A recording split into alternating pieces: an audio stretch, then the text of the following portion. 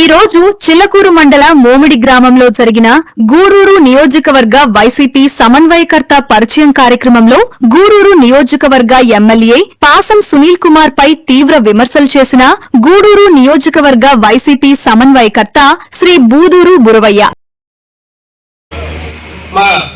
నాయకుడు వైఎస్ జగన్మోహన్ రెడ్డి గారు మీకు 2014లో టికెట్ ఇచ్చారు. మా నాయకుడు లోకేష్ బాబు అన్నాడు. మీ నాయకుడు ముందు పనికిరాడని చెప్తున్నాను. మా నాయకుడు టికెట్ ఇవ్వకపోతే నువ్వు ఈ రోజు ఎమ్మెల్యే అవ్వలేవని కూడా తెలియపరుస్తున్నాను. నువ్వు 14 సంవత్సరాలు మీ నాయకుడు చంద్రబాబు నాయుడు కోసం ఎమ్మెల్యే టికెట్ కోసం తిరిగావు. ఒక్క రోజు కూడా నీ దగ్గరికి రానిలేదు.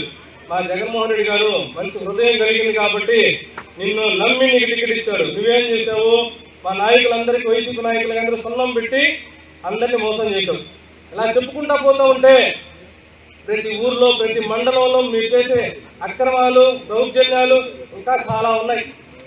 ఇదే విధంగా చెప్పుకుంటా ఉంటుంటే ఒక విషయం చెప్తాను. ఇక్కడ సౌండ్ పెడితే అక్కడికి వినిపించాలను. మీరు సౌండ్ పెడితే ఎక్కడికి వినిపించలేదు. 2029 వినిపించే సౌండ్ వైఎస్ జగన్మోహన్ రెడ్డి అన్న సౌండ్ మాత్రమే వినిపిస్తుంది. తెలియపరుస్తున్నాను. ఇంకోటి చెప్తా ఉన్నాను శ్రీరామ, మీకు ఈ గూడూరు ప్రజలందరూ చూస్తా ఉన్నారు, ఈ నియోజకవర్గ ప్రజలందరూ చూస్తా ఉన్నారు. ఒకటే తెలియపరుస్తున్నా, మీరు చేసే అక్రమాలన్నింటినీ ప్రజలు గమనిస్తూ మీకు 2029లో బుద్ధి చెప్పి మిమ్మల్ని ఇంటికి పంపిస్తారని ఈ సభాపూర్వకంగా తెలియపరుస్తున్నాను.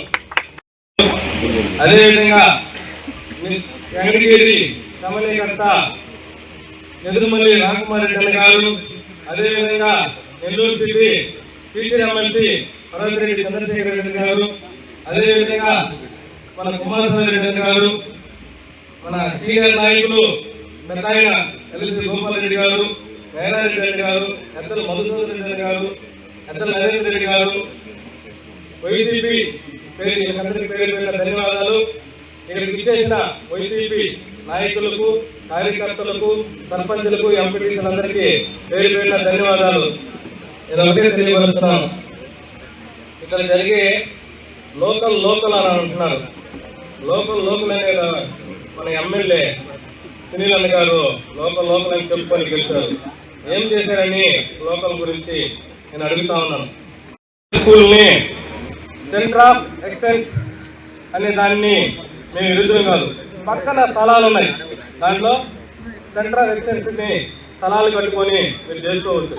కాకపోతే దళితులు అంటారు. నువ్వు ఒక దళిత బిడ్డవి, ఇక్కడ దళితులకి అన్యాయం జరిగింది, నువ్వేం న్యాయం చేసావని కోరుతున్నాం. మేము 600 మంది విద్యార్థులు ఉన్నారు.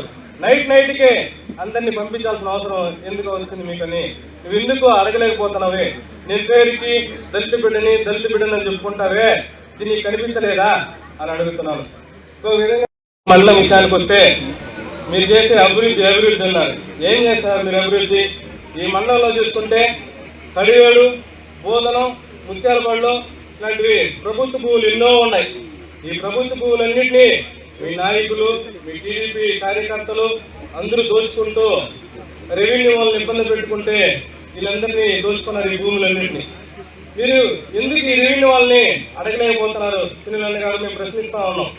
మీరు ఎందుకు అడగలేకపోతున్నారు? ఇలాగా మీ ఎన్డీఏ గవర్నమెంట్ వచ్చిన తర్వాత ప్రభుత్వ భూములు ఎక్కడ చూసినా కనుమరుగైపోతున్నాయి. నీ వెనకాల ఎవరో ఉన్నారు అంటున్నావు నన్ను. నా వెనకాల మా నాయకుడు వైఎస్ జగన్మోహన్ రెడ్డి గారు ఉన్నారని తెలియపరుస్తున్నారు.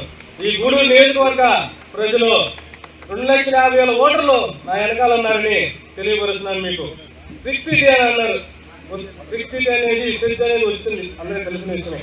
ఆ ట్రిక్ సిటీలో మీ నాయకులందరూ అందరూ కలిసి ఆ ప్రభుత్వ భూములన్నింటినీ మీ నాయకుల పేర్లతో ఎక్కించుకొని మీరందరూ కోట్ల రూపాయలు దోచుకున్నారని అందరూ ఆంధ్రజ్యోతి పత్రికలోనే రాశారు. మీరు చిన్నబాబు అనే అతన్ని మేనేజ్మెంట్ చేసుకొని మీరు అన్ని రాయించుకోకుండా చేశారని గూడూరు ప్రజలందరికీ తెలిసిన విషయమే.